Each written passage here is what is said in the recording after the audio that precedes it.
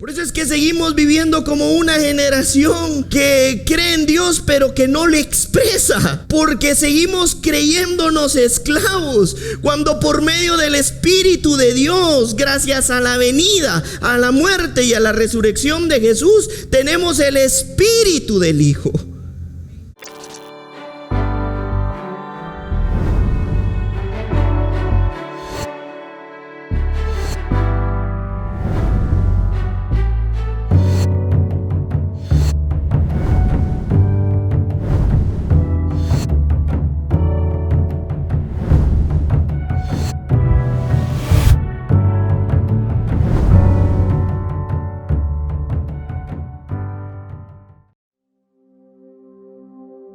Yo hoy mientras oraba, le decía al Señor que en realidad mi intención el día de hoy era poder trasladar un mensaje lo más práctico, ¿verdad?, posible, quizá no tan, creo yo, tan profundo.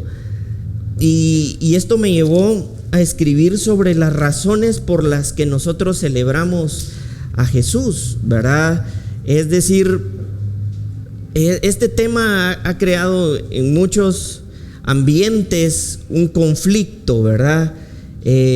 Pero básicamente mi intención no es entrar a desmitificar todo ese tipo de cosas, sino por el contrario, entender que nosotros celebramos un acontecimiento, aunque probablemente no estemos celebrando una fecha. Solo como como una reseña que probablemente es importante.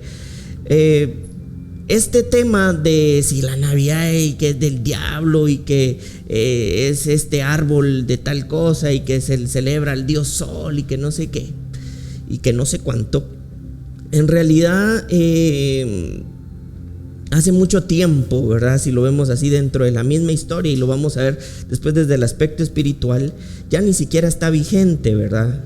Es decir, esto desde la época, por ejemplo, hubo un emperador que se hacía llamar cristiano y que en realidad de cristiano tenía muy poco. Estableció que en lugar de celebrar al sol, celebrar a un árbol, a otro dios, se celebrara a Jesús. Él se llamaba Constantino. Eso se fue más o menos ahí por los años 30, ¿verdad?, después de Cristo. Entonces esto es importante tenerlo en consideración porque hasta históricamente esto no está vigente, ¿verdad? Este tema de no podemos celebrar a Jesús porque estamos celebrando otro Dios y este tipo de dilemas que no son ciertos.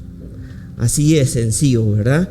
Entonces, entendiendo esto, nosotros somos trasladados, veámoslo de esta manera, a encontrar a través de la vida espiritual razones por las que nosotros celebramos a Cristo Jesús, ¿verdad? Tenemos razones suficientes para que nosotros podamos celebrar a Jesús. Y yo de verdad le pido al Espíritu Santo de Dios que nos ministre de tal manera que nuestro corazón pueda abrir los ojos y llenarse de gratitud y de entendimiento, pero también de la inteligencia que nos permite ser agradecidos con lo que hemos recibido de parte de Dios.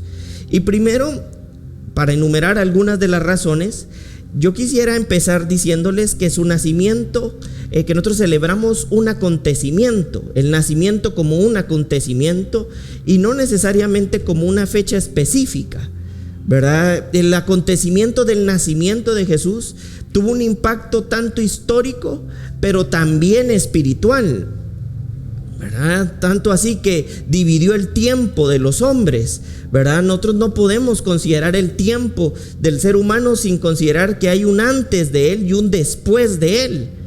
Es decir, humanamente existe una marca histórica en donde si nos queremos situar en algún momento de la historia, es inevitable que hagamos saber de que ese tiempo que nosotros estamos buscando tiene que haber acontecido ya sea antes o después de él, pero no lo podemos encontrar fuera de él, ¿verdad?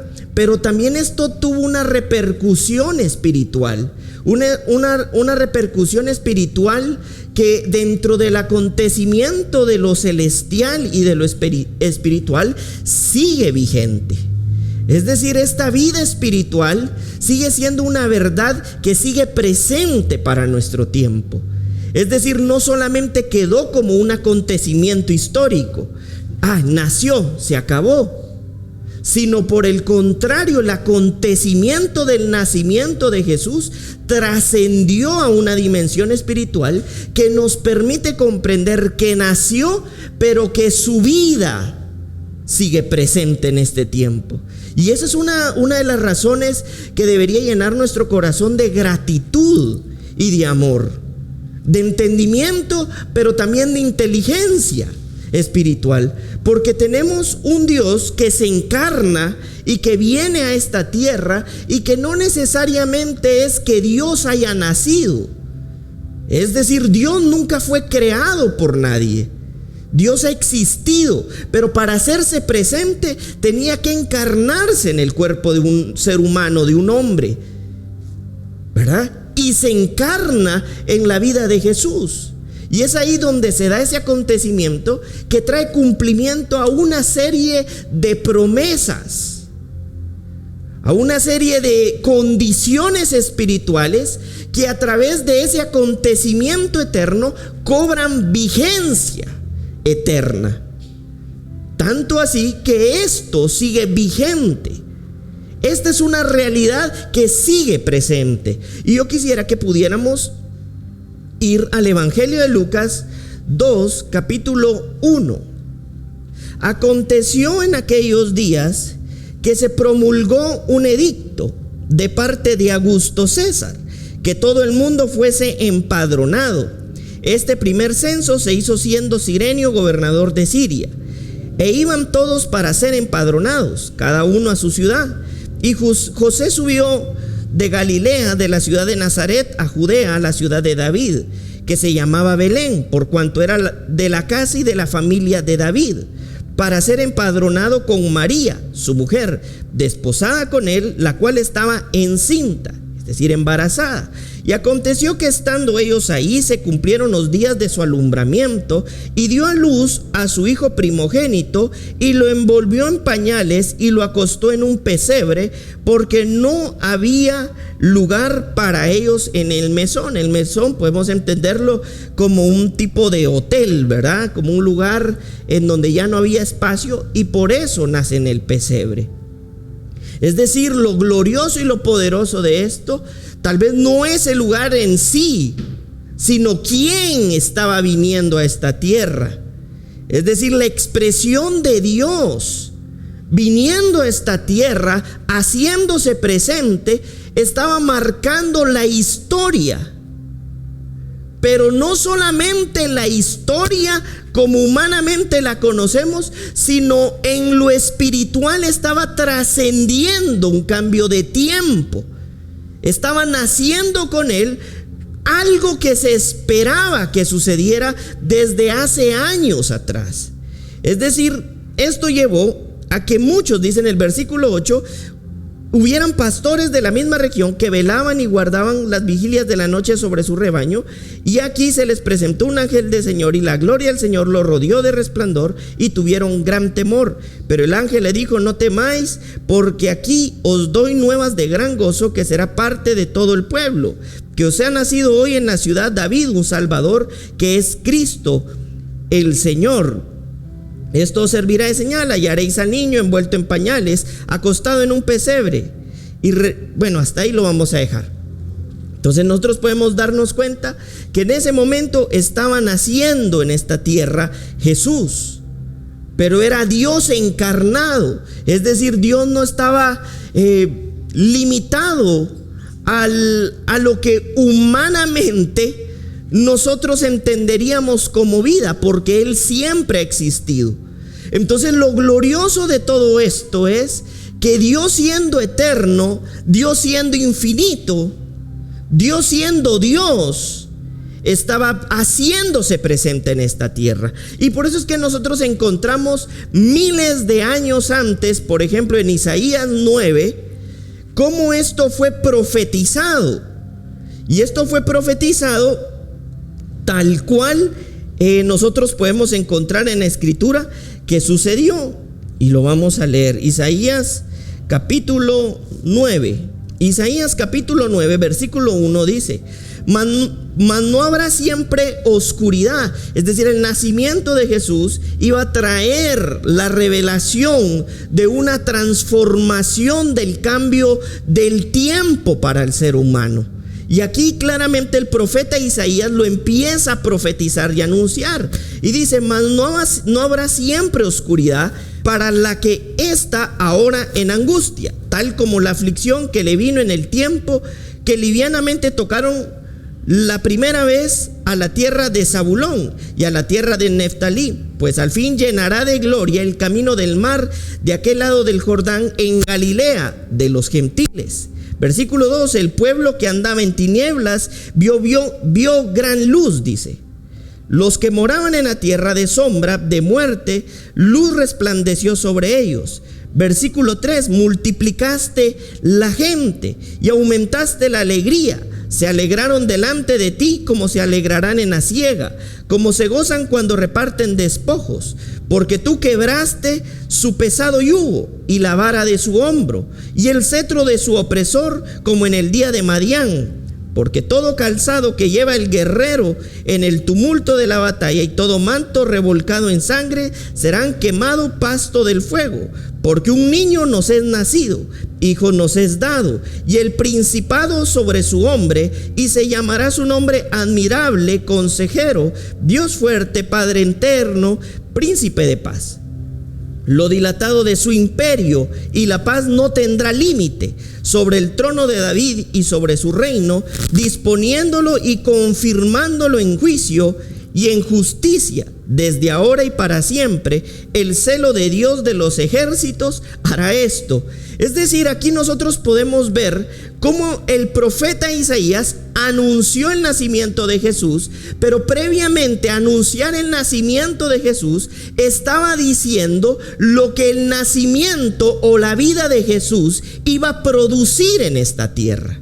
Y dentro de las cosas que la vida de Jesús, el Hijo de Dios, produce, es luz. Dice la Escritura que los que estaban en oscuridad ya no lo estarán más, porque la luz va a resplandecer sobre ellos.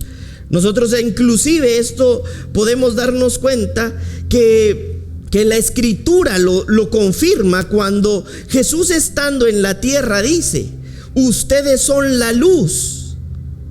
Si ustedes se están dando cuenta, antes de que Él naciera, los hijos de Dios, llamémosle de esta manera, caminaban en oscuridad. Pero el nacimiento de Jesús trae una transición o un cambio de condición en los hijos de Dios.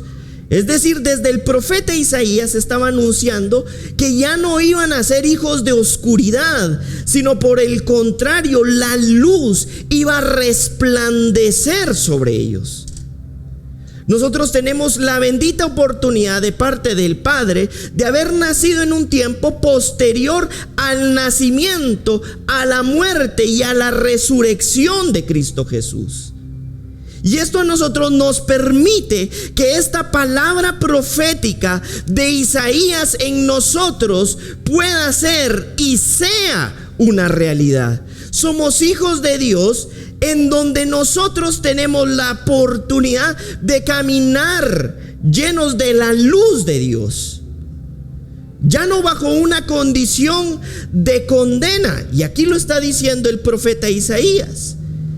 Dice también dentro de esto que el profeta Isaías estaba profetizando que iba a quebrantar o iba a quebrar todo yugo de esclavitud. Algo que posterior el apóstol Pablo, si no estoy mal, en Romanos 8:15, dice que ya no somos esclavos del temor, sino ahora somos hijos de Dios. Dice: pues no habéis recibido el espíritu de esclavitud para estar otra vez en temor, sino que habéis recibido el espíritu de adopción, por el cual clamamos Abba, Padre. Es decir, el profeta Isaías desde ese momento estaba anunciando que iba a ser quebrado el yugo de la esclavitud que pesaba sobre sus hombros, dijo el profeta. sobre nuestras vidas, esa condición de esclavitud que no nos hacía poder ver, conocer, entender, experimentar la gloria del Padre.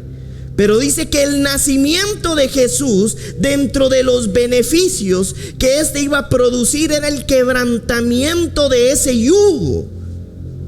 Es decir, nosotros por medio del Espíritu Santo de Dios recibimos un espíritu que nos incorpora a la vida del Padre, por medio de la que nosotros podemos ahora clamar Abba Padre. Y yo no sé si ustedes pueden visualizar esto, pero imagínense que nosotros estábamos en una condición, en una cárcel, abandonados, porque este es más o menos el contexto histórico sobre el que se da la redención. Y en ese tiempo los esclavos eran vendidos en el mercado, y en esa condición de esclavitud espiritual nos encontrábamos.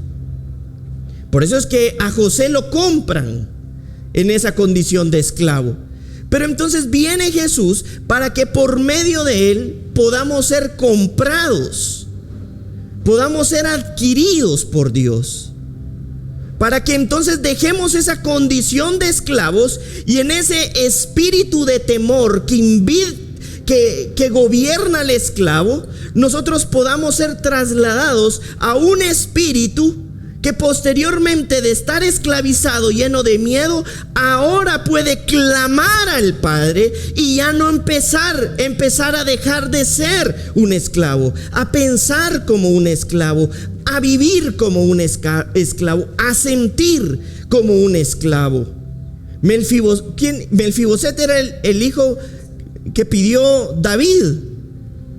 Con él pasaba algo, él era el hijo de un rey, pero estaba en una condición de esclavitud. Entonces él no creía que él podía ser llamado a la mesa del rey, porque la condición interna que gobernaba su corazón era la de un esclavo. Pero dentro del linaje terrenal que en ese tiempo había realeza en su corazón. Entonces espiritualmente sucede algo similar. Nosotros fuimos encontrados en una condición espiritual de esclavos. Pero cuando nosotros empezamos a darnos cuenta y abrir nuestros ojos, hubo un libertador que pagó el precio, para que entonces nosotros ya no vivamos como un esclavo atemorizado, sino por el contrario, a nuestro libertador le podamos conocer como Padre. La vida de Jesús, según la misma profecía del profeta Isaías, iba a venir a libertar y a quebrantar el yugo de la esclavitud. También dice que sobre los hombros de Jesús, sobre este hijo, pesaba el principado, que él era un príncipe. Pero esto es glorioso, porque de alguna manera cuando él deja de estar en esta tierra, incluso cuando ya empieza su ministerio, lo empieza no bajo el ejercicio de un príncipe, sino de un rey. Por eso es que nosotros encontramos que en Mateo 3, si no estoy mal, del 1 al 3, que Juan el Bautista anunciaba la venida de Jesús, predicando en el desierto de Judea, que el reino de los cielos se había acercado y que entonces se requería un cambio de propósito, un cambio de opinión, un cambio de corazón, un cambio de mente, para poder recibir aquel que había nacido, pero también aquel que había de morir, pero también aquel que iba a resucitar, pero también aquel que iba a ascender. Es decir, nosotros tenemos razones suficientes para poder celebrar a Jesús, porque la venida de Jesús modificó el tiempo, las condiciones, no solamente terrenales, sino espirituales. Por eso ahora existe una labor de parte de nosotros que también realiza el Espíritu Santo de Dios en nosotros, en donde nuestros ojos empiezan a ser habilitados para darnos cuenta que no vivimos más bajo una condición de esclavitud, sino que tenemos la oportunidad de vivir, de hacer, de decidir, de creer, de hablar en libertad, como lo hacen los hijos de Dios. Y es por eso que por medio de ese Espíritu clamamos Abba Padre. Es decir, Isaías anuncia el principado, pero en realidad existe un proceso donde Jesús, como Dios mismo en esta tierra, es entronado. Muchas veces nosotros hablamos desde nuestras situaciones. Mefiboset se veía en una condición no agradable, no se veía como alguien escogido de parte del reino, si lo vemos de esta manera. Y a veces los acontecimientos han reducido la gloria que Dios ha predestinado para los hijos de Dios por las cosas que hemos vivido. Y por eso a veces hablamos según las situaciones y no según la nueva posición en libertad en Jesús. Y desde el Antiguo Testamento el profeta Isaías estaba anunciando que iba a quebrantar el yugo.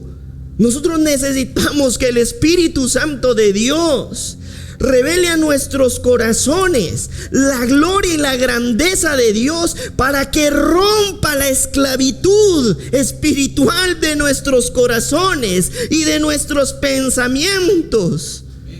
Por eso es que seguimos viviendo como una generación que cree en Dios pero que no le expresa.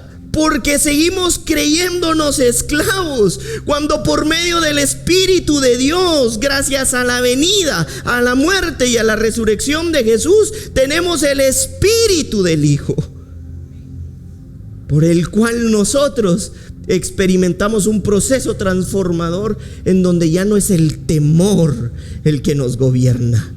¿Quién nos gobierna? Su propósito, Cristo el Señor, Cristo el Rey. También el profeta Isaías, en esto que está profetizando, dice que su imperio no tendrá límite, que será un imperio sin límite, dice el profeta Isaías.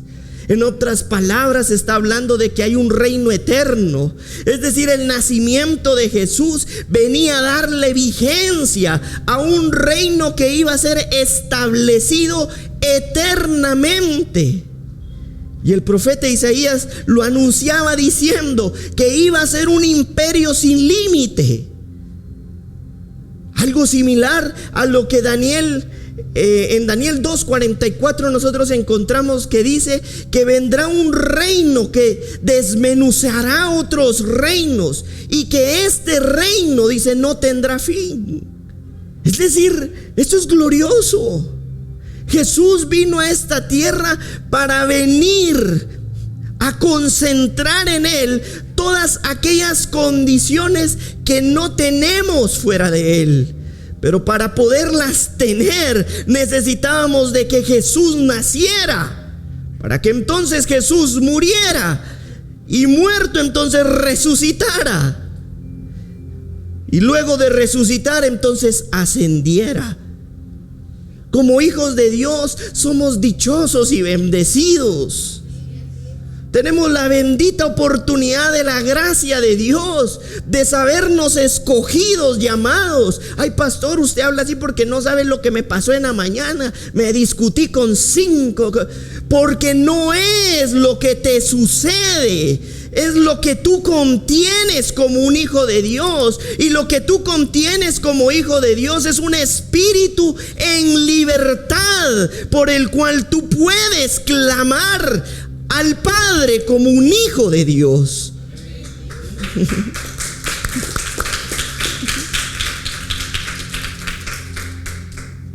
Entonces dice el profeta Isaías que es un imperio sin límite, un reino eterno, pero también hace saber de que es un reino de justicia.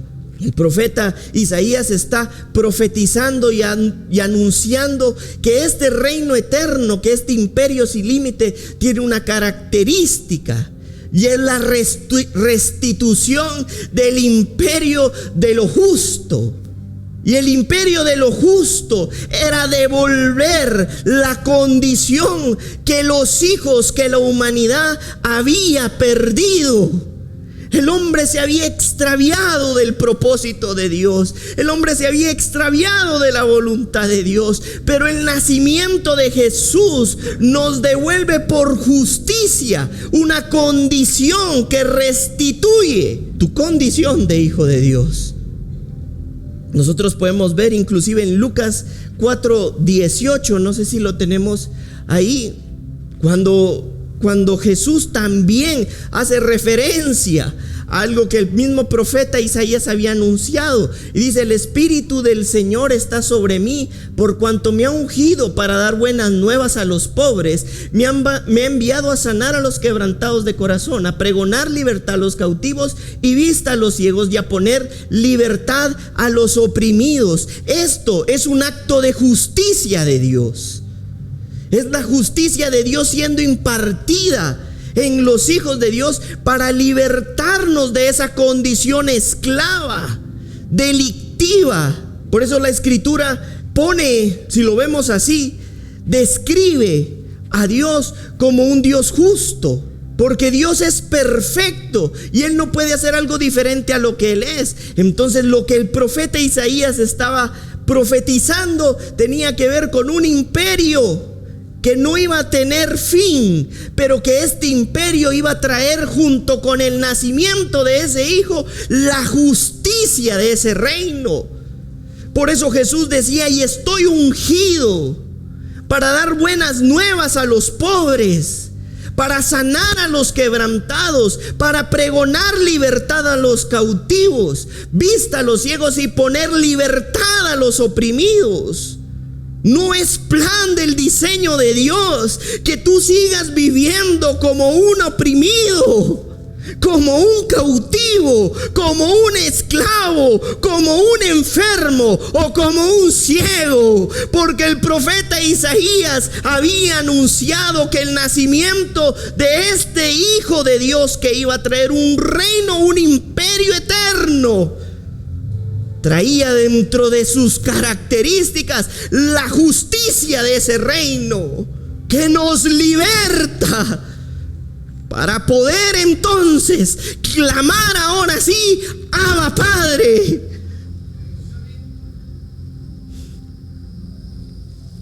El diseño de Dios es glorioso y perfecto. Tenemos razones suficientes para estar agradecidos, porque somos bendecidos. Ay, pastor, ¿y cómo ser bendecido si no tengo ni para el pasaje? Es que no es lo que obtienes, es lo que contienes. Y tú contienes un espíritu que te liberta de cualquier condición, te liberta de cualquier opresión y te sana en el Espíritu de Dios. Por eso Él dijo: y me ha ungido para pregonar y predicar las buenas noticias del reino, porque las buenas noticias del reino libertan a los hijos de Dios a una condición gloriosa y eterna de Dios. La voluntad de Dios no es la opresión en la que tú vives. Por eso Jesús pagó el precio. Vino a esta tierra y vimos la gloria, dice la Escritura, como la gloria del unigénito. Y miren qué hermoso esto. Él no se quedó siendo el unigénito, pasó a ser el primogénito, porque el unigénito habla de único, uno, pero el primogénito habla de primero entre muchos. Entonces establece un reino legal, y no solo legal, sino legítimo. Estamos en un reino legal y legítimo porque tenemos un juez justo que nos vino a libertar de cualquier condena. Por eso celebramos la vida de Jesús. Permanecer en opresión, permanecer en una condición ajena al diseño, ya no es la voluntad de Dios, sino muchas veces nuestra decisión.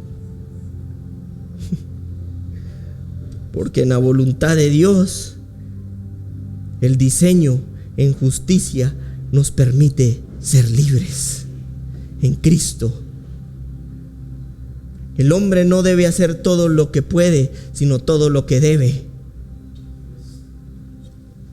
Gente que mata porque cree que puede, tal vez puede, pero no debe. Hay hombres que roban, tal vez puede, pero no debe. Todo me es lícito, mas no todo me conviene. Pero estamos establecidos en un reino que con el nacimiento del Hijo de Dios produjo una modificación en nuestras condenas, en nuestra condición. Y eso que ahí solo vimos una razón, y dentro de esa razón todas estas que se desprenden. Podríamos decir que como razón número 2, lo que dice Lucas 19:10, el nacimiento de Jesús tuvo como efecto que se recuperara lo que se había perdido. Y lo que se había perdido no es el propósito de Dios, sino al hombre, al ser humano de ese propósito. Por eso pensamos y decidimos lejos de la voluntad de Dios. Por eso accionamos sin entendimiento o sin inteligencia. Por eso es que dice Efesios 2:5 que nacimos en una condición de delito o de pecado. Pero la venida, el nacimiento de Jesús, aquí dice Efesios 2:5, aún estando nosotros muertos en pecado, nos dio vida juntamente con Cristo, por gracia sois salvos.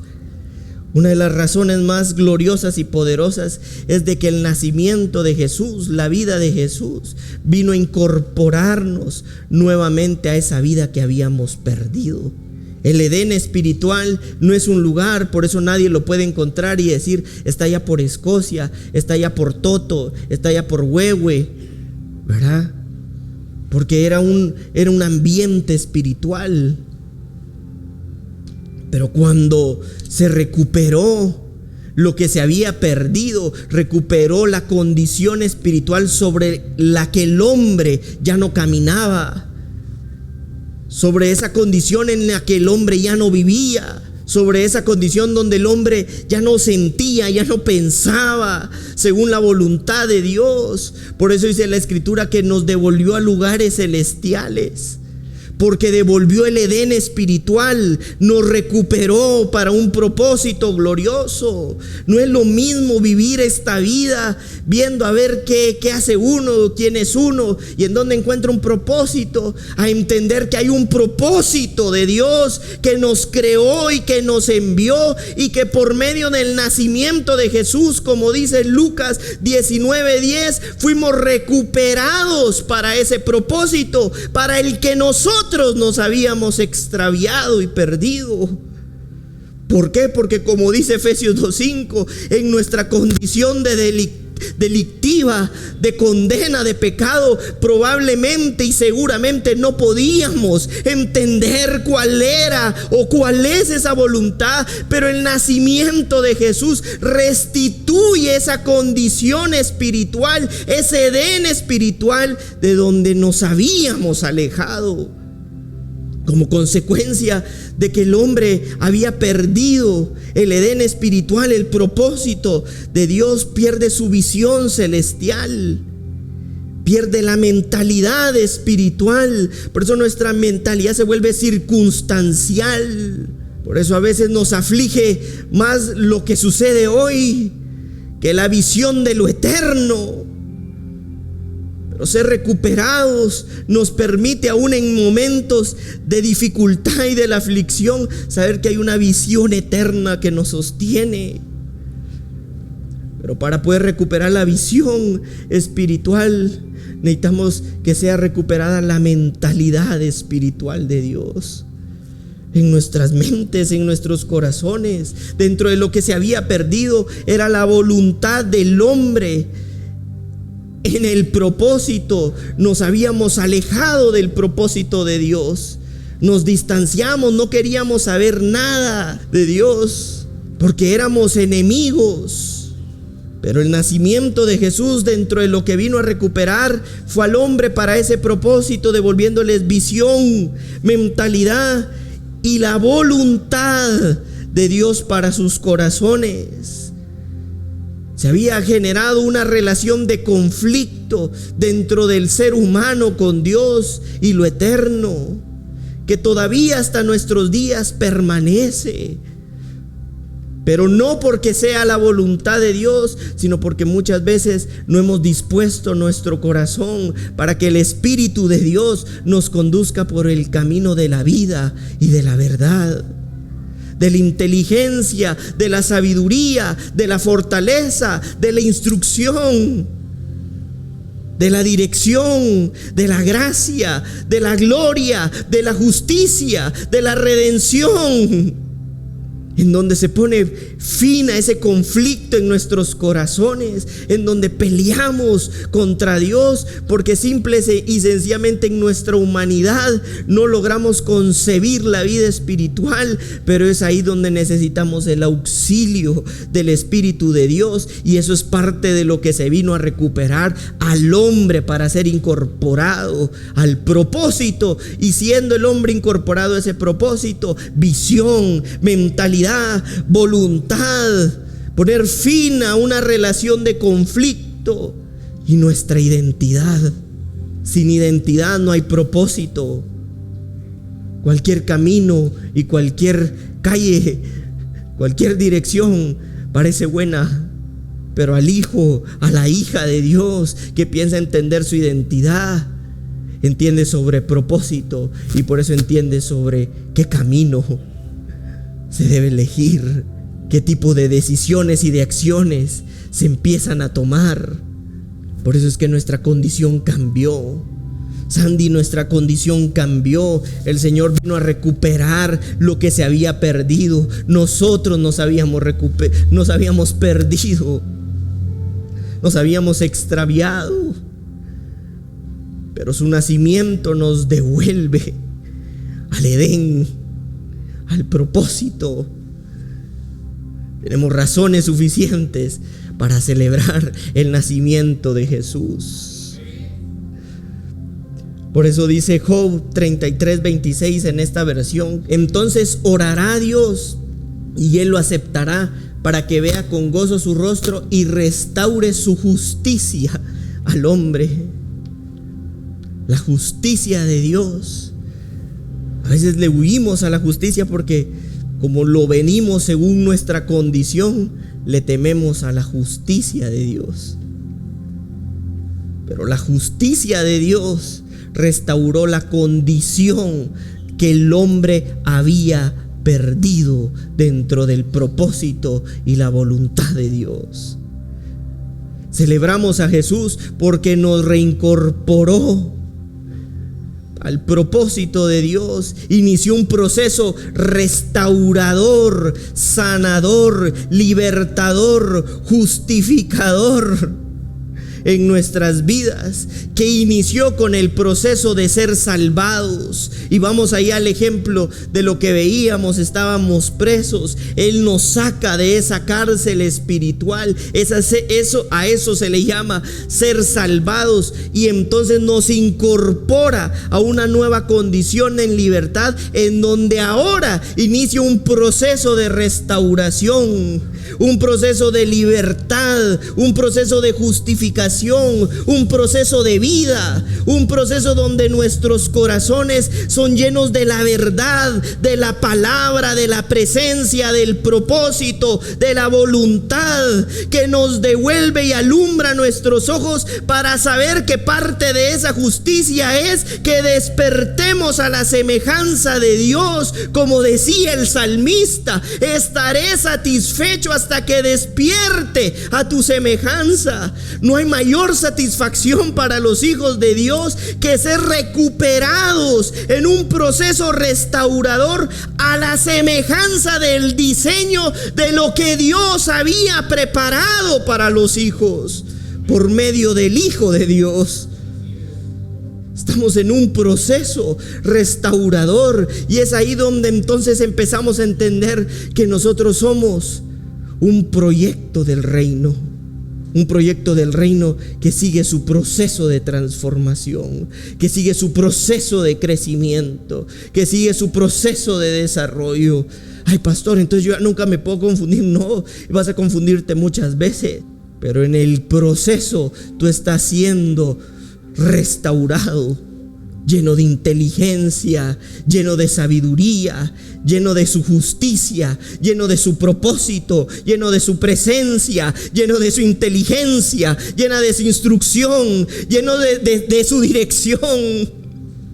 Es que hay razones suficientes para que celebremos el nacimiento de Cristo Jesús y lo que su venida vino a producir en nuestras vidas. Ya no estás condenado. Tu fundamento de vida ya no es lo débil que tú eres, ni siquiera el pasado que tú tienes, sino la vida en la que nosotros hemos sido reconciliados. La justicia de Dios le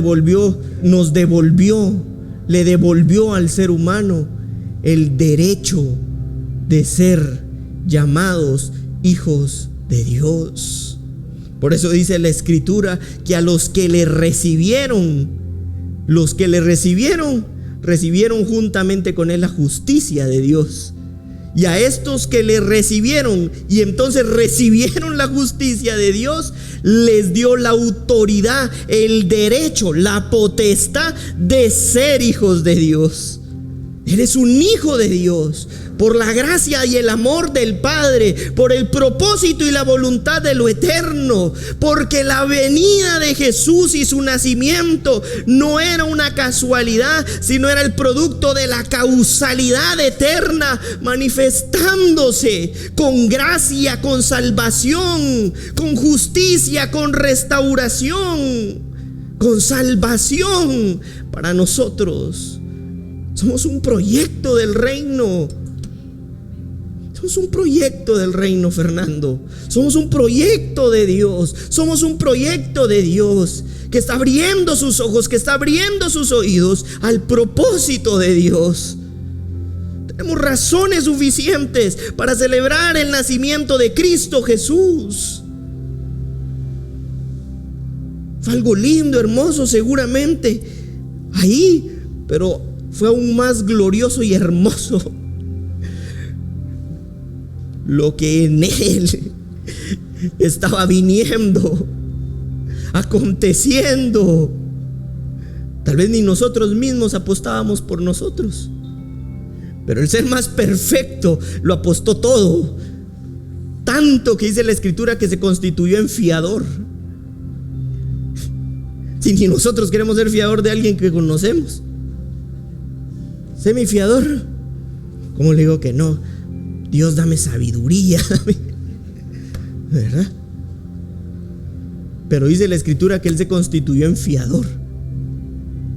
Oh, eso es glorioso.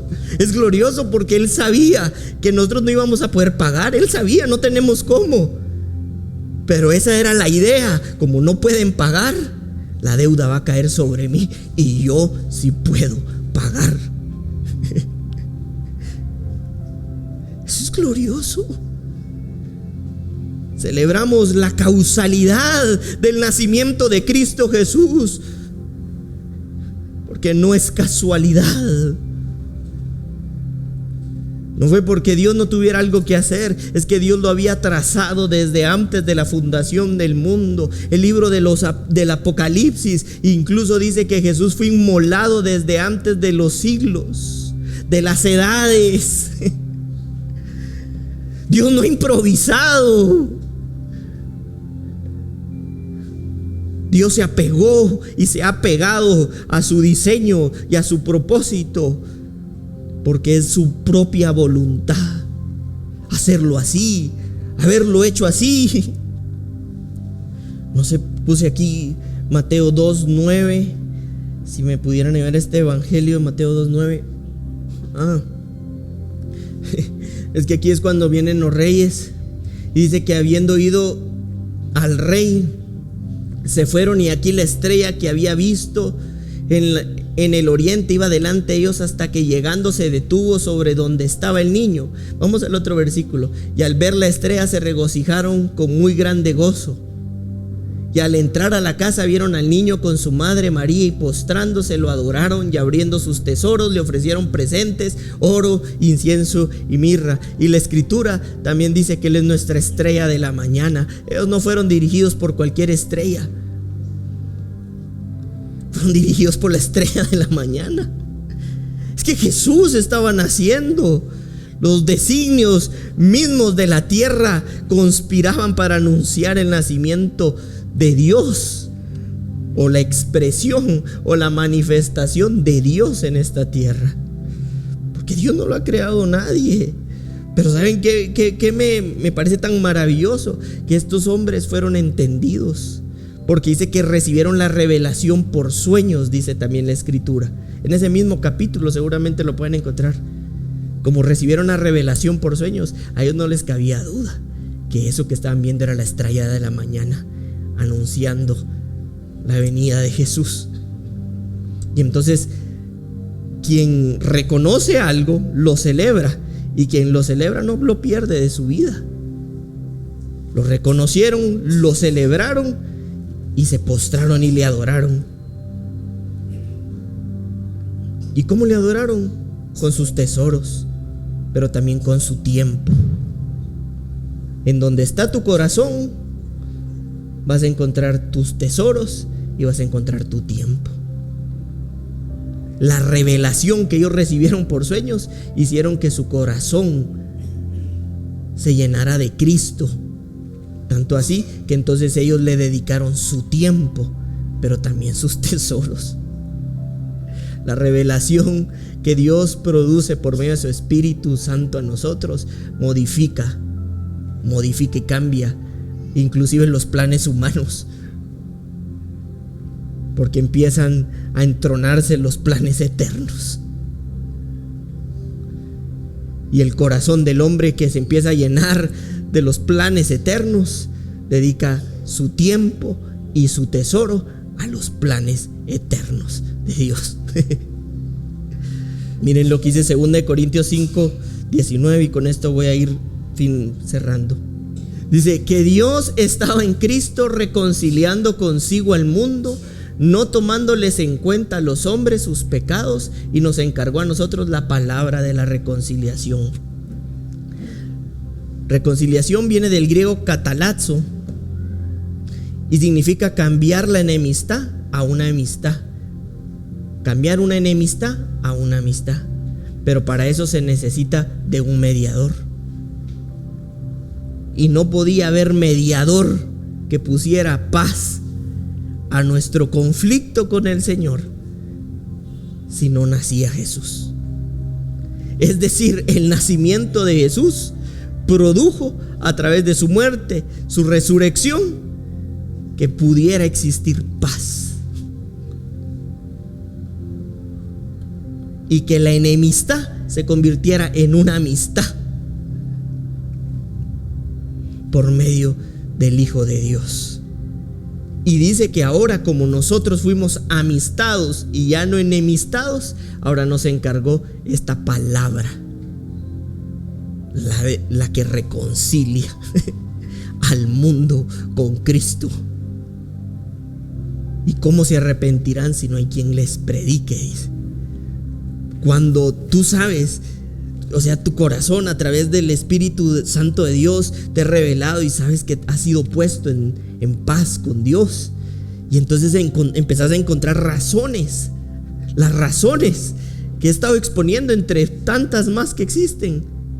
No solamente te basta haber sido reconciliado, es que ahora quieres ser parte de los que llevan la palabra que reconcilia a otros.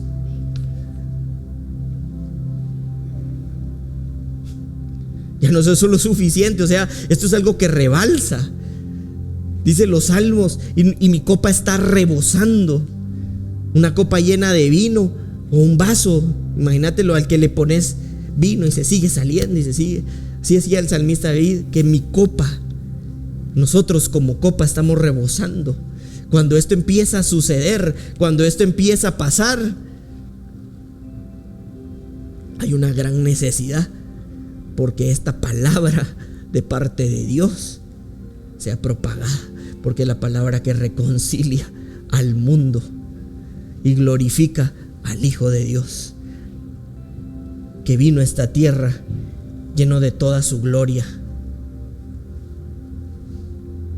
lleno de todo su propósito, lleno de todo su espíritu. Ustedes no creen que tenemos razones suficientes, y estas son algunas, porque no podríamos pasar horas de horas hablando. Y si todavía alguno tuvo dudas, miren lo que dice Colosenses, la carta a los Colosenses 2, 16, 17. Por tanto, nadie os juzgue en comida o en bebida o en cuanto a días de fiesta, luna nueva o días de reposo. Todo lo cual es sombra de lo que ha de venir, pero el cuerpo es de Cristo. Todo lo que ha sucedido, todo lo que ha acontecido, todo lo que de alguna manera nosotros vemos, simple y sencillamente procura revelar a Cristo Jesús. Y en Cristo Jesús nosotros ya no estamos condenados, sino tenemos las razones suficientes para celebrarlo.